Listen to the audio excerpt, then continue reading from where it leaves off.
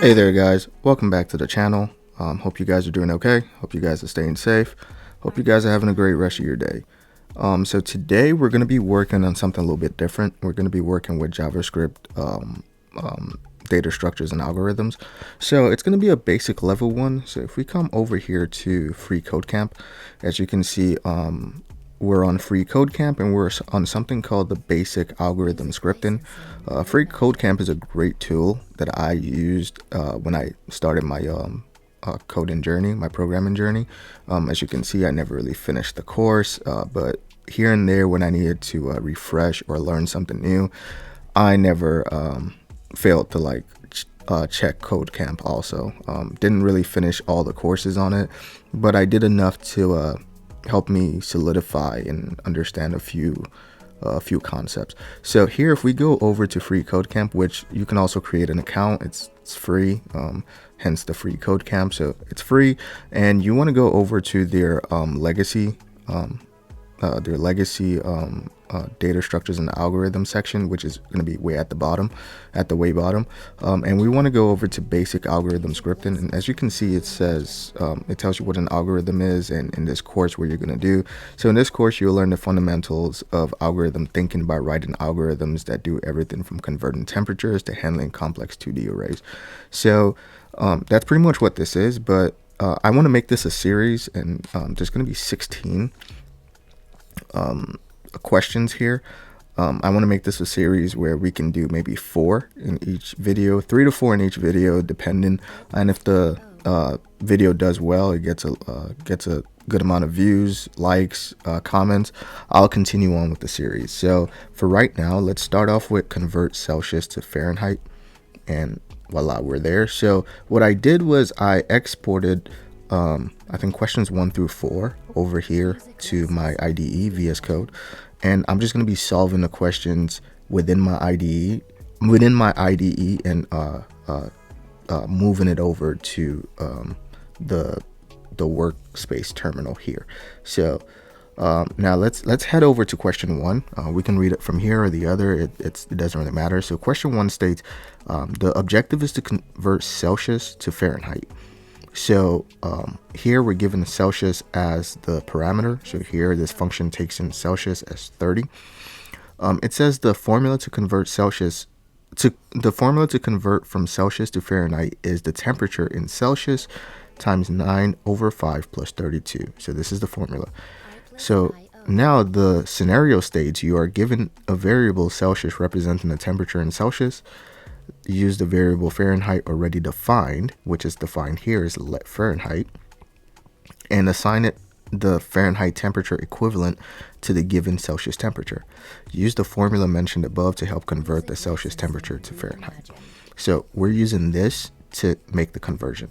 Now, another thing we have to keep in mind is over here we have tests, and we have to make sure all these tests pass whenever we convert these numbers. So 0 should return a number, -30 should return -22, -10 should return 14. So once we plug any of these numbers in there, it should work. So it's going to run the test automatically when you provide an input to the terminal here, and you should be all good.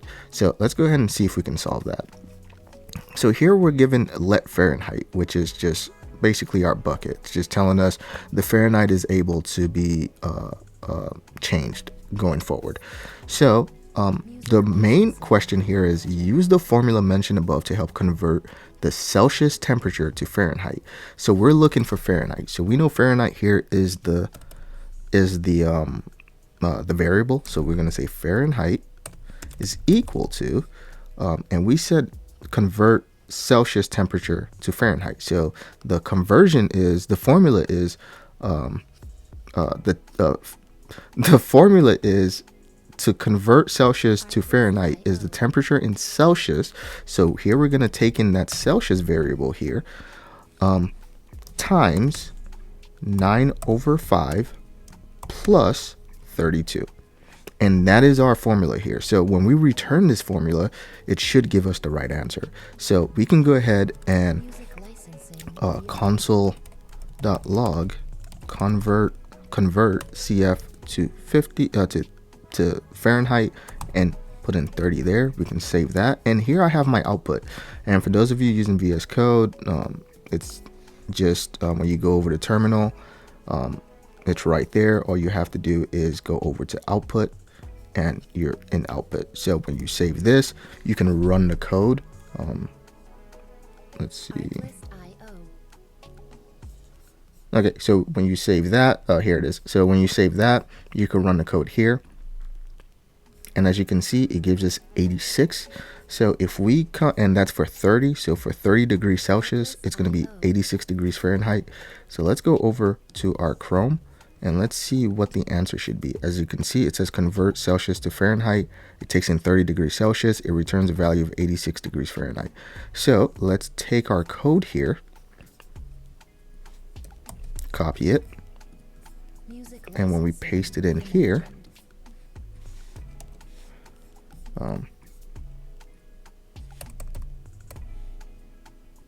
okay, and we can just run the test, and as you can see, it works perfectly. So it works.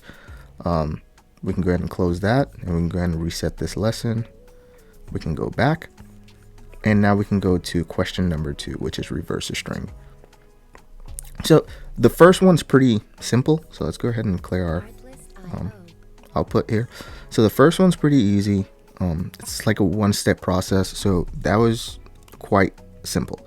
So now we can go to the next one, and if you have any questions, don't forget to ask in the comment section, and I'll try my best to answer your question. So for question number 2, so we're done with question number 1. So for question number 2, it says reverse a string. That's a problem we're looking to solve. So it says reverse the provided string and return the reverse string. For example, if you pass in hello, it should become ole. And if we come here, we're given a bunch of tests that should also run and return certain things when we do it. So let's head on over, and here we're gonna say function reverse string. So let's go over here and let's say step 1. Right? So reverse a string. So what do we want to do here? We're given a string, right? So based on data types, we should know that we can change this string into an array to help our cause. So change string to array. So that's step 1. And what you want to do with the string is say, where is it? So we want to say, I blanked out there for a second. So let's take string, let's say const string to array. That's what we're going to call this variable, and we're going to say string, which has already been declared, and we're going to split. We're going to say split. And what this does is, if we console.log string to array and save that, if we run it, as you can see, it changes it into an array and gives it, it splits it by these quotations. So every string here becomes HELLO. But as you can see, it's individualized. So it's not joined and it's not flipped. So what we want to do is we want to move on to the next step. So we want to say step number 2. We want to take array to, we want to flip the items within the array, right? So we're going to say const flip items in array is equal to string to array dot, and we're going to say, so we split it. Now we want to reverse it. So reverse. So we want to reverse it, and now let's see what that gets us. Flip items in array, save that, and then we want to run this. As you can see, now we have ole. So let's do this. Console.log string to array. Okay, and let's clear this. Let's save this, And when we play that, when we run that, as you can see, string to array gives us this. It changed the string to an array. And when we console log step 2, it flips that array for us. So as you can see. So now that's awesome. We get Ole, but it looks like this within an array. We want a string as our data type. So we can now come over to step 3 and say join the items within the array, right? So how do we do that? We take const join items in array to equal flip items in array dot join, and we want to join by the same thing we split with. So we want to join using this quotation.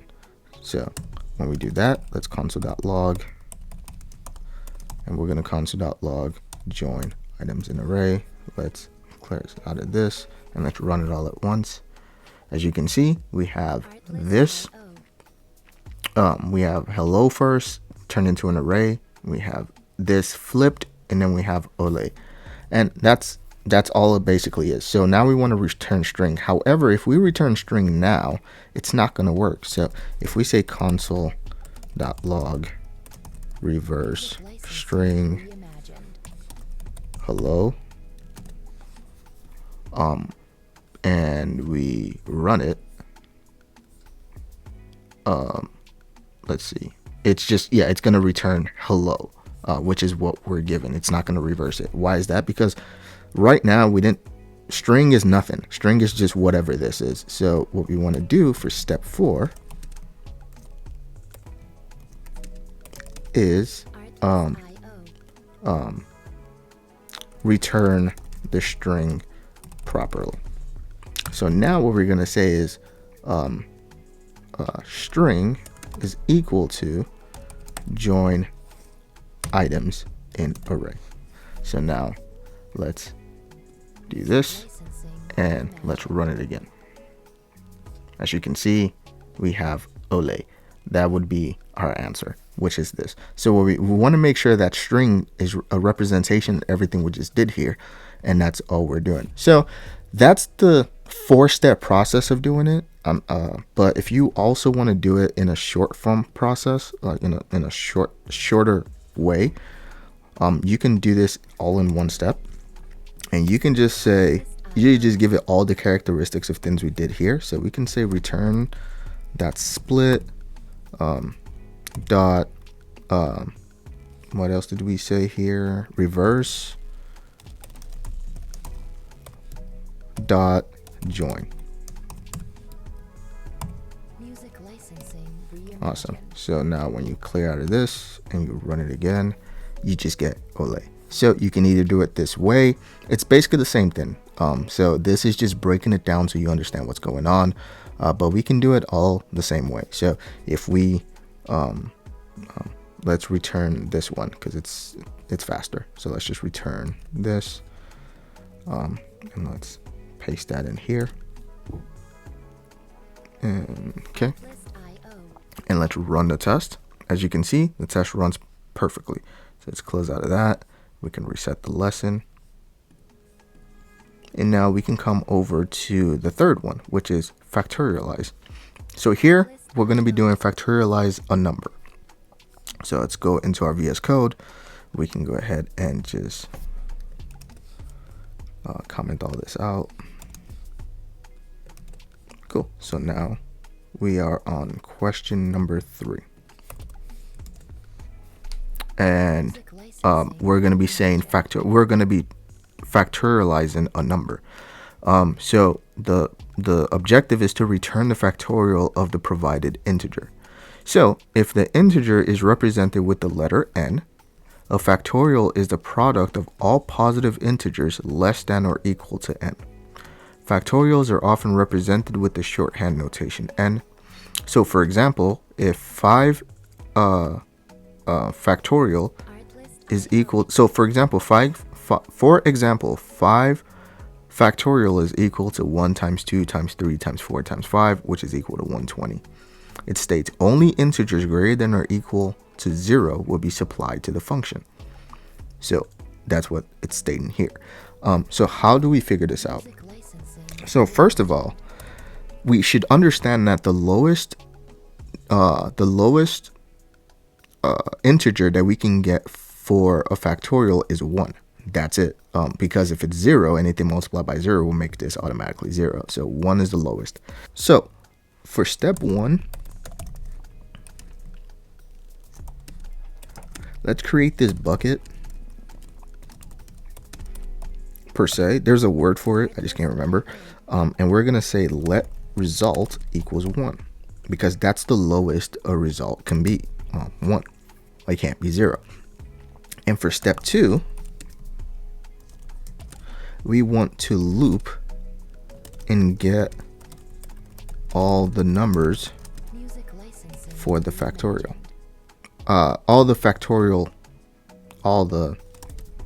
What is it going to be called? The factorial is the product. So all the numbers related to the factorial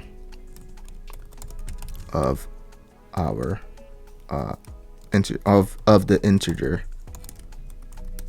provided.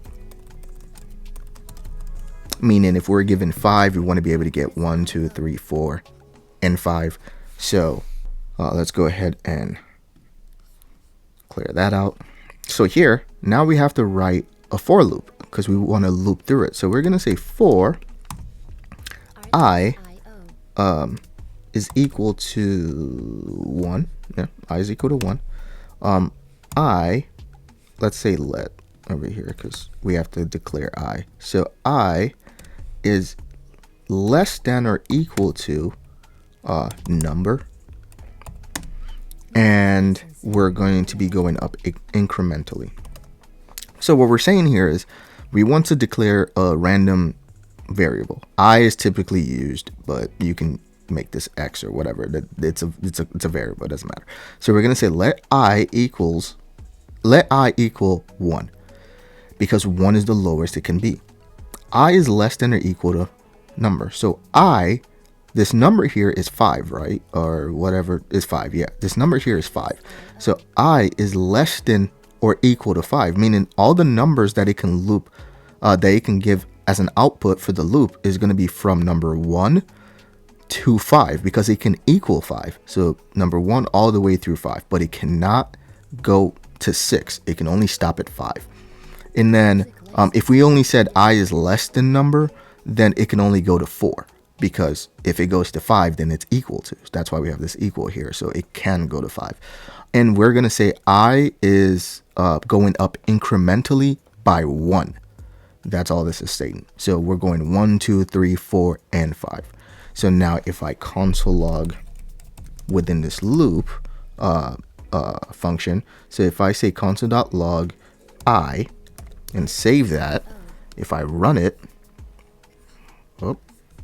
okay, so we have to comment that out and then rerun it.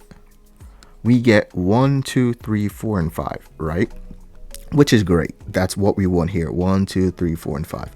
Now, that really doesn't do much. It just tells us what the numbers are. Now we have to be able to multiply those numbers. So we want to state result is now equal to result. Well, let's say step 3 now. So within step 2, we have step number 3. So now we're going to use the result to multiply the numbers as numbers to give us the product, which would be the factorial, right? Now, if we say, so we have this I is less than equal to num, blah, blah, blah. Now we can say result is equal to result multiplied by I, right? So now if we console.log result. Let's clear this. We get this 1, 2, 6, 24, 120. However, we just need this 120, right? So what we can do now is state outside of this for loop that number is now equal to result.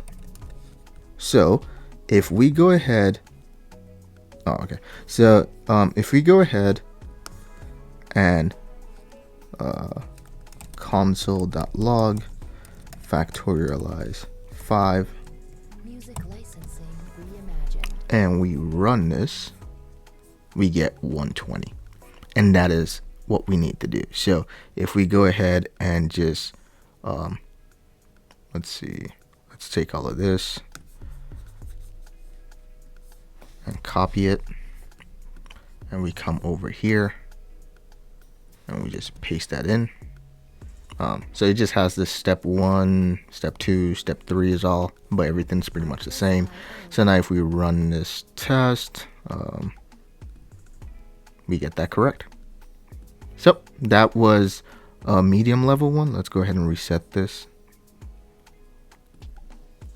So if we go ahead and there we go. So we comment out of that. So now we're on question 4. And question 4 is saying find the longest word in a string. So if we come over to our Chrome, we want to go over to find the longest word in a string, and it's just saying return the length of the longest word in a provided sentence. Your response should be a number. So that's important. So let's go back to Visual Studio. And here it says find the longest word in a string, return the length of the longest word provided in a sentence. Your response should be a number. So how do we go about this? So this is the string that's given to us. So let's go ahead and state, actually, let's see if this works. There's an easier way I'm thinking about that's better than this way. But let's see if we're able to change the return statement in our in a question that's being posed. So step 1 is change string to array. So let's go ahead and say let's go ahead and state where is it, string const string to array is equal to string dot let's see, we want to change it to an array. Okay, so it's split, and here we're going to be splitting it with a space in between because we're splitting by the space here, not each individual word. So if we go ahead and say console.log string to array and we run it, we get this array now. The quick brown fox jumped over the lazy dog, so that's good. Now we want to map through this array and get the length. So now step number 2, map through array and get the length of each item within the array. So now we want to state const map array, map through array is equal to string to array dot map, and we're gonna just say this is x, and we're gonna return x dot length. So now a new array should be provided to us. So if we console.log map through array, close out of this, and then we run this again. As you can see, first we have the quick brown fox jumped over the lazy dog. Now we have 3, 5, 5, 3, 6. So this is 3, this is 5, this is 6, this is 5 again, 6. So the longest word will be 6. So 1, 2, 3, 4, 5. Well, 0, 1, 2, 3, 4, 0, 1, 2, 3, 4. So jumped will be the wordiest, the longest word there. Okay, so now how do we return that? So we can state for step number 3. Now we can return the maximum length, right? So now we can say const maximum length is equal to math.max. There we go. And we're just going to take we're going to use the spread operator here, and we're just going to say map through array. So now if we say console.log maximum length, and we clear out of this and we save this, let's see, we should get 6. So what math.max does is it takes, well, as it says it right there, returns the larger of a set of supplied numeric expressions. So it looks through all these numbers we have here. Let's do this, console.log map through array, and let's clear out of this and let's hit run here. Okay, so it looks through all these numbers within the array, 3, 5, 5, 3, 6, 4, 7, whatever. And all math.max is doing is it's taking all these values and it's going to return the maximum amount of value in there. But it has to be numeric for it to do that. And that's how you get maximum. So now instead of string.length, we're going to be returning maximum length. So, and yeah, yep, cool. So now we're returning maximum length. Is it taking string into account here? Yep. So now let's see if this works. Let's clear out of this, find the longest word. So if we console log find longest word length, and we're just gonna copy this, paste it in there, save it. Let's see if it works. There we go. We get 6. So let's do this, console find the longest word. Okay, let's see. Let's put this here. 0. So now we know which one it corresponds to. So let's go ahead and do that. Let's go ahead and run it. And as you can see, the answer is still 6. So the 0 is just a placeholder so we know which one it is. And the answer is 6. So we can go ahead and just do that. Now we can copy, well, we don't need this console log anymore. We can just copy this all the way up to our function. Copy that. We can clear this out. So when we go in here, so here's the moment of truth. If that's going to work, we can take out all of this. Let's see.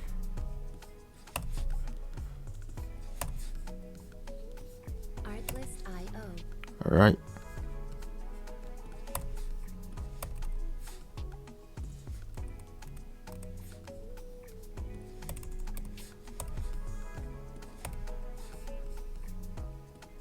Okay, so let's run the test, and it works. So that shows that we're allowed to change this return statement. So it works perfectly. Let's reset the lesson. So as you can see, all the tests were passed. So reset this lesson. But with that said, that's it for number 4. So I'm just going to go ahead and comment all this out. So that's going to be it. So that's going to be it. So if you guys want me to do more of these, I don't mind. So we did 4 today. So if you guys like this as a series, just let me know in the comment section and I can make the next 4. And I believe what's it called? I believe FreeCodeCamp is also working on a beta for a new JavaScript data JavaScript data structures and algorithm. course. So we're able to do that if this series goes pretty well. So let me know what you guys think in the comment section. Like always, stay safe. Try and have a great day. Try and have a great rest of your day. And I will see you guys on the next one. Peace.